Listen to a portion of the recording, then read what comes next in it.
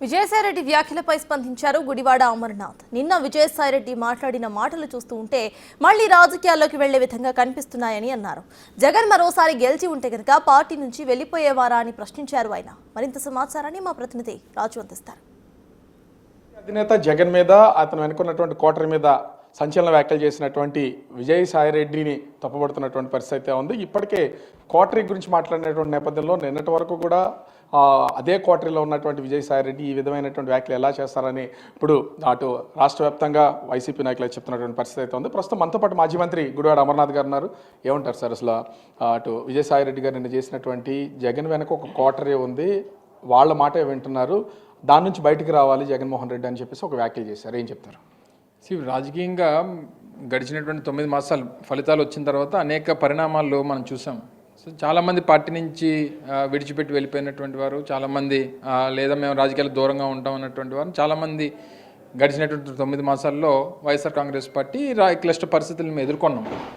కాకపోతే వెళ్ళిపోయినటువంటి వారు ఏం మాట్లాడతారు ఏంటి అనేటువంటిది అంత ఊహించకుండా ఉన్నాం అనేటువంటిది అది అమాయకత్వం. ఎందుకంటే వెళ్ళిపోయినటువంటి వారు ఏం మాట్లాడతారో ఏం మాట్లాడి వెళ్ళిపోతారో అనేటువంటిది అన్నీ ఊహించగలం. సో దీన్ని పెద్దగా మేము పట్టించుకోవాల్సినటువంటి అవసరం లేదనేటువంటిది మా అభిప్రాయం. ఇంకా క్వార్టరీల గురించి వాటి గురించి మాట్లాడేటువంటిది బయట కార్యకర్తల స్థాయిలో ఎవరైనా మాట్లాడినా లేదా ప్రజలు మాట్లాడినా పర్వాలేదు, కానీ ఇప్పటి వరకు అందులో ఉన్నటువంటి మనం మాట్లాడడం అనేటువంటిది అది సమంజసంగా ఉండదు. జనరల్గా మన వ్యక్తిత్వం మీద కూడా అది ఒక రిమార్క్ అవుద్ది అనేటువంటిది మరి పెద్ద మనిషిగా ఆలోచించాలనేటువంటిది నా అభిప్రాయం. సో ఏదేమైనప్పటికీ జగన్మోహన్ రెడ్డి గారి క్వార్టరీ అంటే ఈ రాష్ట్రంలో వైఎస్ఆర్ కాంగ్రెస్ పార్టీ కార్యకర్తలు ఆయన క్వార్టరీ. సరే, ఇంకా మిగిలినటువంటి దగ్గరగా క్లోజ్గా ఉన్నటువంటి వారి గురించి మాట్లాడుకున్నప్పుడు మా పార్టీలో ఏ రోజు నెంబర్ 2 అనేటువంటిది లేదు. మా పార్టీలో ఎప్పుడు కూడా నెంబర్ 1 మాత్రమే జగన్మోహన్ రెడ్డి గారు మాత్రమే. మిగిలినటువంటి వారు అందరూ కూడా వారి సమాచారాన్ని అందజేయడానికో లేకపోతే జరిగినటువంటి పరిస్థితులను వారికి చేరవేయడానికో లేకపోతే సహజంగా ఈ రాజకీయ వ్యవస్థలో కాదు ఏ ప్రొఫెషన్ అయినా తీసుకో, అన్ని ప్రొఫెషన్స్లో కూడా క్వార్టరీలు అనేటువంటివి ఆ లీడర్షిప్ని బట్టి ఉంటాయి. జగన్ చెప్పుడు మాటలు వింటున్నాడు, ఆయన దాటి క్వార్టరీని సాటిస్ఫై చేస్తేనే ఎవరు మాటలైనా సరే జగన్ దాకా వెళ్తాయి, లేకపోతే వెళ్ళవనేది విజయసాయిరెడ్డి చేస్తున్న ప్రధానమైనటువంటి ఆరోపణ. మరి ఇప్పటి వరకు మనం ఏ పాత్రలో ఉన్నాం అక్కడ? మొన్నటి వరకు ఆయన రాజీనామా చేసి నెల 15 రోజులు అయింది. మొన్నటి వరకు వారు వైఎస్ఆర్ కాంగ్రెస్ పార్టీలో ఉన్నప్పుడు ఏ స్థానంలో ఉండేవారు? వారు కూడా అదే స్థానంలో ఉండేవారు కదా. మరి రేపు ప్రజలు కూడా అదే అడుగుతారు కదా. పార్టీలో ఉన్నటువంటి కార్యకర్తలు కూడా రేపు ఆ ప్రశ్న అడిగితే ఏం చెప్తారు? ఉత్తరాంధ్ర జిల్లాలకి దాదాపు 7.5-8 సంవత్సరాలు ఆయన రీజనల్ కోఆర్డినేటర్గా ఉన్నారు.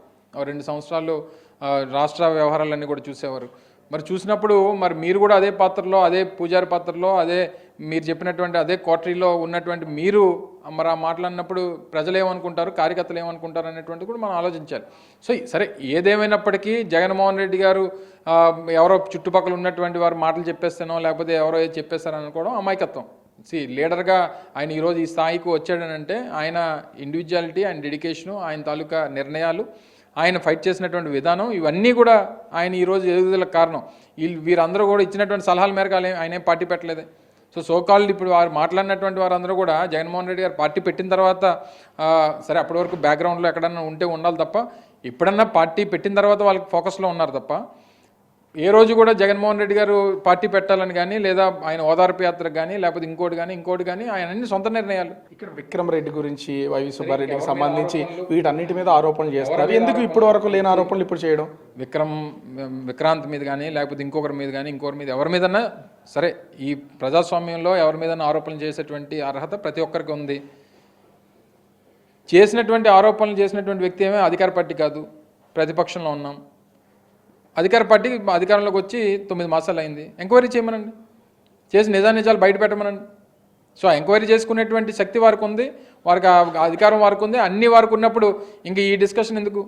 ఎవరి మీద వ్యక్తిగతంగా ఆరోపణలు మనం ఎవరినో కన్ఫెస్ చేసి మనం ఎవరినో పేరు చెప్పేటువంటి దానికన్నా అధికార పార్టీ అధికారంలో ఉంది కాబట్టి వారు ఏదైతే ఉన్నారో వారిని ఎంక్వైరీ చేసుకొని నిజాలు బయట పెట్టమని మేము కూడా ఎదురు చూస్తున్నాం. చివరిగా అంటే నిన్న విజయసాయిరెడ్డి చేసినటువంటి వ్యాఖ్యల్లో మీ ప్రభుత్వ హయాంలో ఉండగా అసలు మద్యం అనేది ఎక్కడ అవినీతి జరగలేదు, అక్రమాలు జరగలేదని మీరు చెప్తూ వస్తున్నారు. ఇప్పుడు కూటమి మీ ప్రభుత్వ హయాంలో చాలా జరిగిందని చెప్తున్నారు.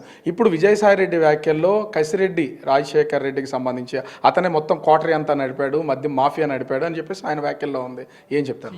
ఏదన్నా తీసుకో, శాండ్ అంటావా, ల్యాండ్ అంటావా, లేకపోతే లిక్కర్ అంటావా, లేకపోతే ఏవైతే మా మీద ఆరోపణలు చేశారో ఏది చేయాలని నేను చెప్పిన కామన్ పాయింట్ కదా, ఎంక్వైరీ చేయమంటున్నాం కదా.